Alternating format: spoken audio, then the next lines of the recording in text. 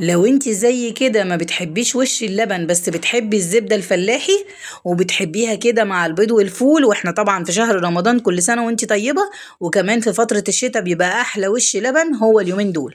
بصي بقى، انا عملت زبدة فلاحي وعملت سمنة فلاحي، والاتنين باسهل طريقة ممكن تتخيليها. اول حاجة انا هنا خزنت وش اللبن زي ما انت شايفة كده، دي كانت تخزينة شهر بالظبط. انا جبتهم وشلتهم في الفريزر، كل يوم كنت بشيل وش اللبن واحطه كده في الفريزر.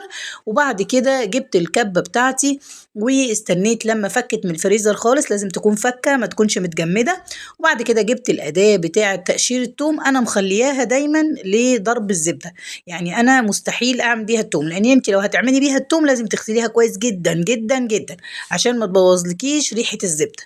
تمام، ويفضل ان انت تنقعيها في ميه وخل قبل ما تستخدميها. طيب هنضرب بقى ضرب مبرح كده، مش هتاخد منك 3 دقايق بالظبط، هتلاقيها فصلت وبقت زي الفل. هوريكي دلوقتي لما تفصل هتبقى عامله ازاي.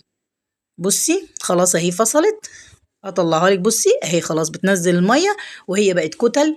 كل كتله كده ما تتكي عليها شويه هتنزل معاكي الشرش بتاعها. انا هنزلها بقى هنا في بوله او يعني في طبق كبير كده غويط، وهنبدا بقى ننزلها واحده واحده علشان نجمعها.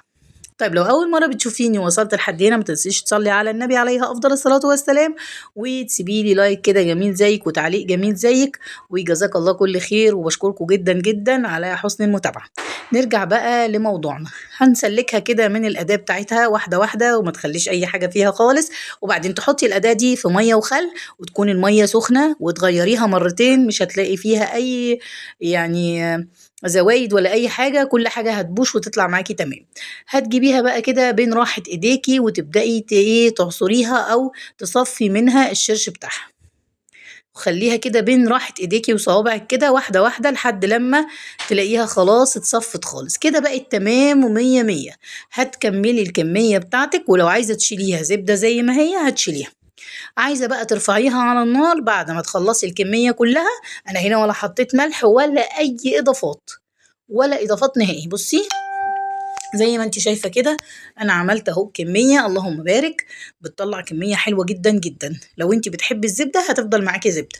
عايزة تسيحيها، انا سيحت منها صراحة جزء كده، وخليت كام واحدة شلتهم في الفريزر.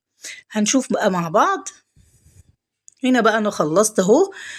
هنبدأ بقى نكون جايبين حلة وما تكونش بتلزق، وخلي بالك طريقة التسوية بتاعتها مهمة جدا، تكون على نار هادية في الأول، نار عالية. أول ما تحسي إنها خلاص هتغلي، هتحطي عليها نص معلقة من الملح، وتسيبيها على نار هادية خالص لحد زي الشمعة كده، زي ما بتيجي تسوي معلش الفول، هي زيها بالظبط. وتفضلي من وقت للتاني تبصي عليها، علشان خاطر لو عليتي عليها هتفور منك وتبهدل البوتاجاز. لو سبتيها على نار هادية وقت طويل من غير ما تتابعيها هتتحرق منك ومش هتبقى كويسة. واحنا طبعا عايزين ناكل زبدة تكون حلوة وانضف بكتير من بره، فدي افضل طريقة. في ناس بتعمل طريقة تانية هبقى اقول لكم عليها ان شاء الله في الحلقة اللي بعد كده. بتجيب اللبن تسيبه لما يروب على الرخامة، وبعد كده تاخد منه القشطة. انا ما بحبش القشطة دي لانها بتكون صور، بتكون يعني حادقة ومززة شوية، لكن الزبدة دي بتطلع حلوة جدا زي اللي احنا بنجيبها من بره بالظبط. طيب هنا خلاص انا خلصت اهو. هبدأ بقى اشيل. خلي بالك الشرش ده ينفع في المعجنات والبيتزا، بيبقى في منتهى الجمال، بيدي طعم رهيب. هنيجي بقى هنا خلاص خلصنا الكمية بتاعتنا. هناخدها بقى، يا اما تخلصيها كلها وتحطيها في الحلة وتحطيها على النار وتسويها زي ما قلتلك، او ان انتي تشيليها وتحطيها في الفريزر. طيب انا بوريكي هنا الشرش اللي طلع منها. الشرش ده هنعمل منه معجنات مخبوزات، بيطلع في منتهى الجمال. بجد جربي وان شاء الله هتدعيلي.